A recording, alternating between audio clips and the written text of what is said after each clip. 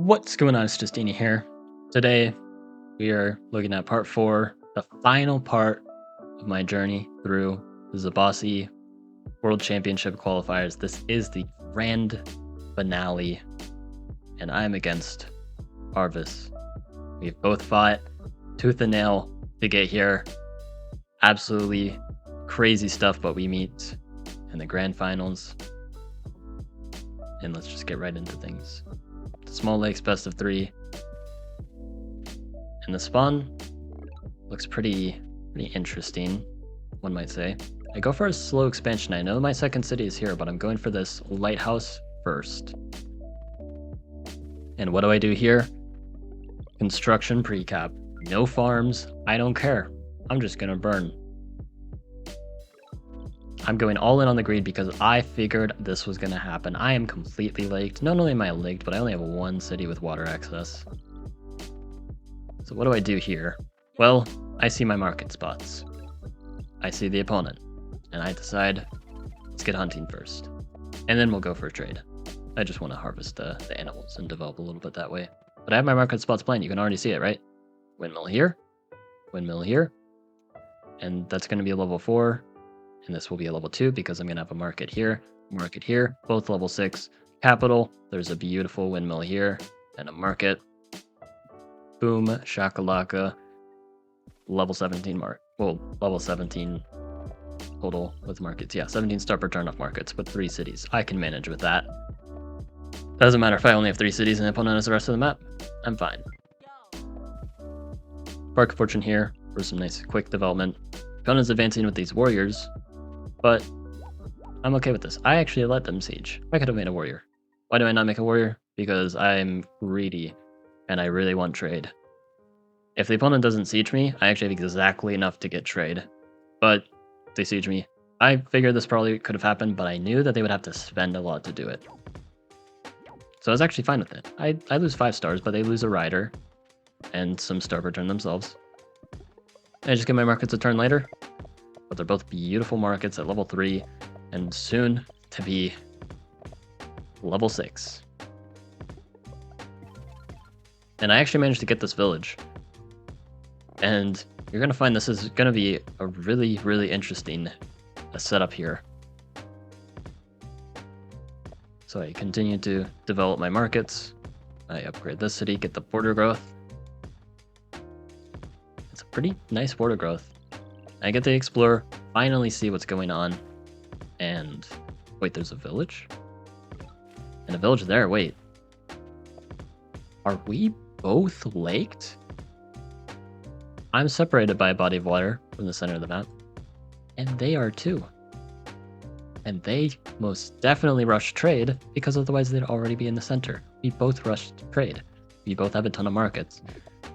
And that's about to mean this is going to be a seriously technical late game. We both have a ton of economy, but we have to leverage it as optimally as possible. So I'm going in the water, sending in the juggernauts, more giants, get some riders. I'm going to be chilling on 5 cities. They get the giant in, so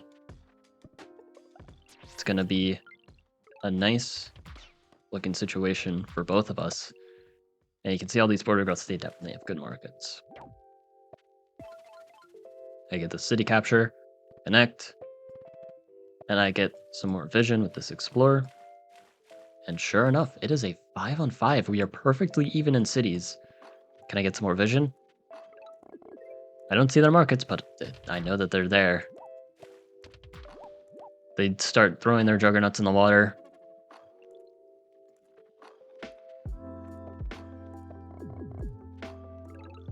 I get this lighthouse, and yeah, this is set up to be quite a game. We are both fighting for the water with our juggernauts, and we're fighting on the land. I go ahead and get ramming. That's a really good way of dealing with these juggernauts. Plus, I really want to get aquatism for my own juggernauts. I get another giant. They go in, Hunza Splash, just destroy my juggernaut. And they even weaken my Ras very smartly, weakening both of them instead of just killing one.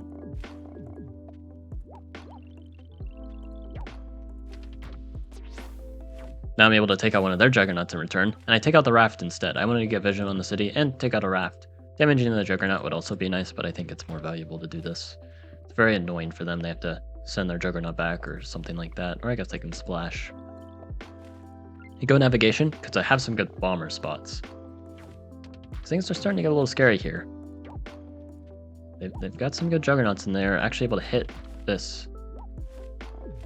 This juggernaut's at 1 HP, effectively dead. I get a forestry rune, which isn't that good. I land this here and just start attacking. Just out of nowhere, this pressure here. And I get the bomber here. And now, kind of bit of a, split pressure here. There's this bomber that you need to deal with, and there's a siege with a giant here. Problems everywhere. And this bomber is really well protected. How can you possibly reach it? Get a defender too. But Arvis sees the line.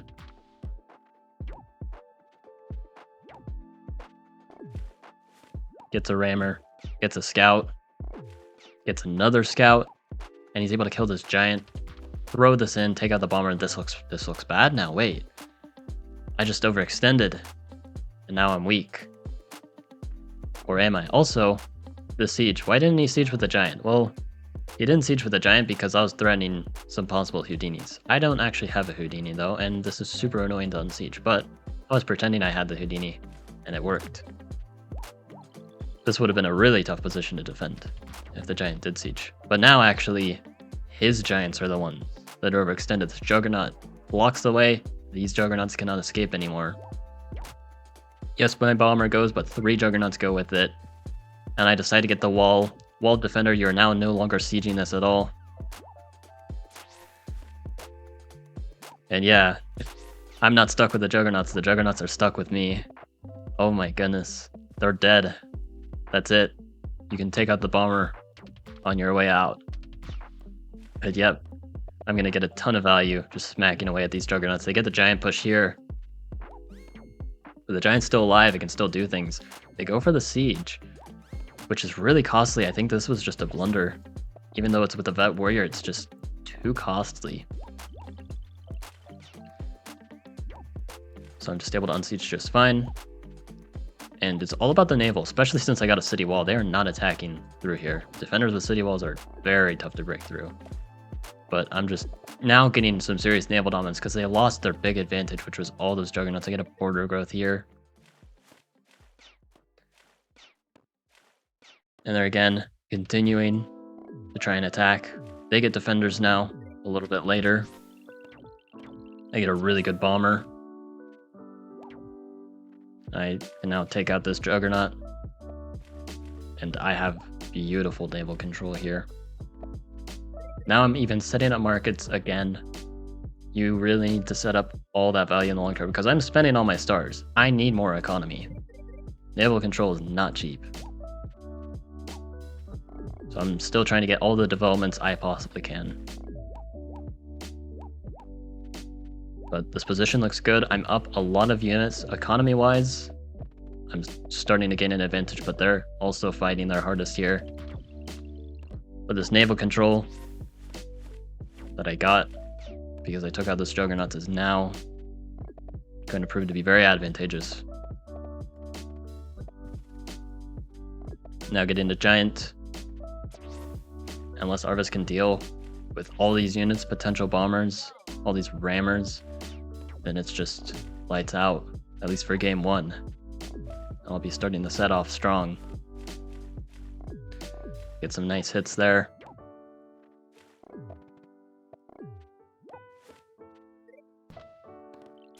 And now I just get 2 more bombers, just shut down any and all counterplay.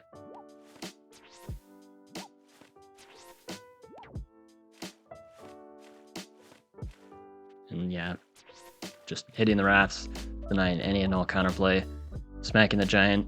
Let's get another one. And then get even more economy now. 54 star per turn. Is over 10 star per turn per city. And yep, they have aquatism now. Well, actually, they had aquatism since like last turn. But yeah, they put their giant a little too close. I'm able to take that out now. Sending these giants up. Another bomber. Another bomber. 4 bombers just exerting a ton of control here. I got a quadism and I put the scout here, so then they can't reach this bomber. Or any of these bombers, actually, for that matter. And I decide to attack. The scout does survive. But they actually see that they can attack through there. But the raft is injured, at least. So it doesn't deal too much damage. And again, my unit advantage. Like, all these bombers really show my unit advantage. I just have 72 stars. So just pure bombers. Beautiful. And I've gained a decisive advantage. And seriously, this was a really, really good way to start the set. Very, very hard fought from both sides.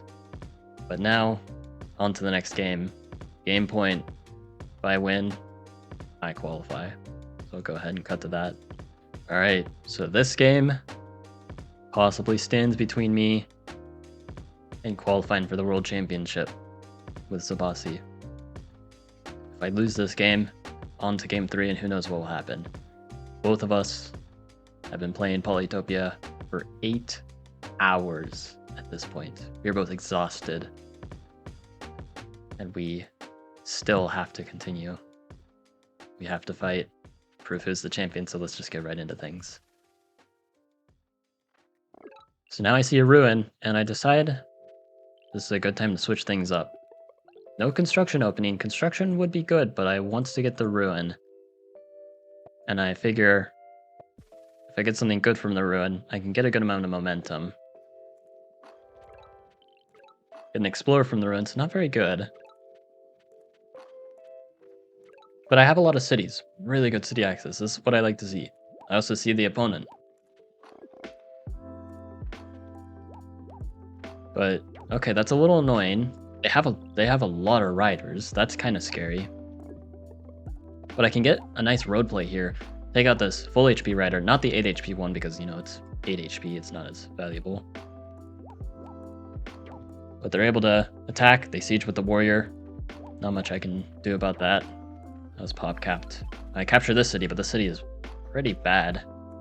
Just 1 star per turn. I'm able to deny this city, luckily. Send my riders back, but I can't train anything on the capital, which means I am open for a cap siege. Sure enough, they find it. And this is tough, 4 star per turn. Because if my cap is getting sieged on turn 8, I can unsiege. Double warrior, spending all my stars on that. But the pressure is just continuing.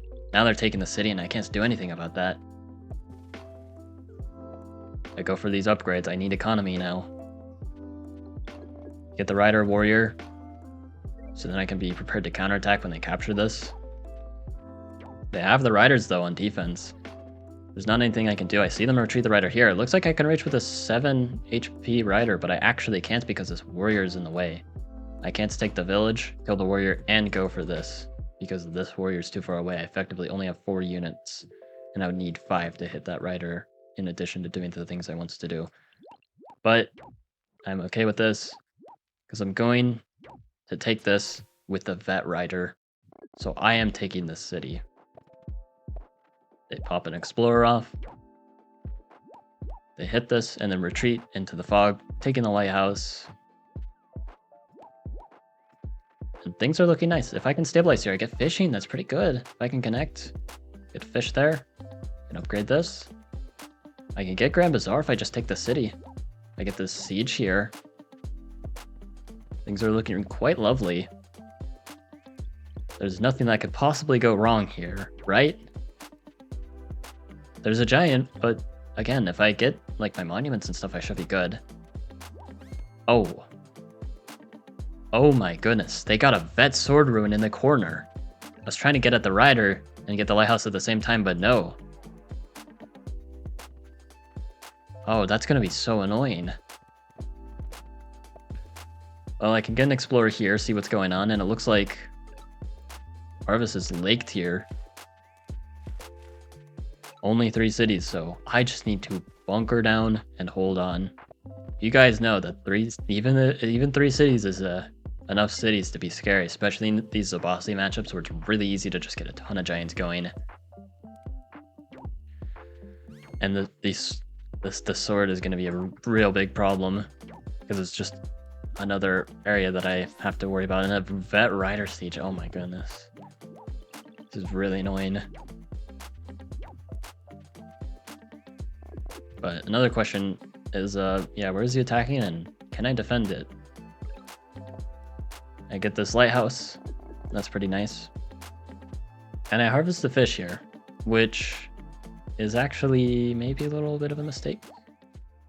Because Arvis saw that, and he now knows there's a chance I can just giant push here. So he blocks all of my resources. If I hadn't harvested that fish, maybe he would have forgotten about it. But I made it abundantly clear my intentions a little too early. Luckily for me, I still have the unsiege with the double monument. Not ideal, and you can see that harvested fish is also completely wasted. And they bridge! Oh my goodness, I completely forgot they could make a bridge here. Oh my goodness, that's a cap siege. With a vet rider, and they kill this. Oh my goodness. And I have to keep my giant here on defense. I'd love to unsiege this, but I just used all my monuments here. What do I even do about this? Well, I don't have to keep my giant here because I realized I can just do this. Nice zone of control. I can unsiege, but I have a plan. And this is gonna be very weird, but I'm just giving him the city. But the idea is I'm just gonna re-siege. I'm gonna make a bunch of warriors and just take it back when he captures the city. And he decides I'm not gonna take the city. Keep it. I'm gonna kill your rider. And I have something more important to attend to. Okay, well, my giants aren't near my capital, so that's a little worrisome. And he gets a siege from behind just like that. Okay, well, I can get a port here, start developing at least. And yeah, I can finally take out these riders and the vet sword is gone. Just keeping everything safe here. They take out the warrior. They are headed towards my capital. I send all the riders back. I'm thinking like, is there going to be a knight or something? Or giants? I send this giant back. Now this giant's actually trapped. Because I knew they were going for my cap, so that's a really good way with dealing with a giant siege, you know, full HP giant. Killing it's really hard. It'd be really nice if you just make your problems disappear, you know. There's only 4 tiles I need to cover. All I need to do is place 3 ports. That's 21 stars. I have plenty to do that. I do need to buy climbing as well because I know the opponent is climbing. They were stepping on this mountain earlier. But that's no problem. I can still afford everything I need. I'm sieging the city as well. And this giant has to do something. It just moves. And now I'm just winning. That is how I qualified for the playoffs for the World Championship with Zebasi. Again, huge shout out to Arvis. Very strong player. Also, he streams Polytopia on Twitch. So you should like follow him on Twitch so you can see his skillful gameplay. But yeah, this was absolutely incredible. Seriously. Hope you guys enjoyed. Like and sub. And have a good one.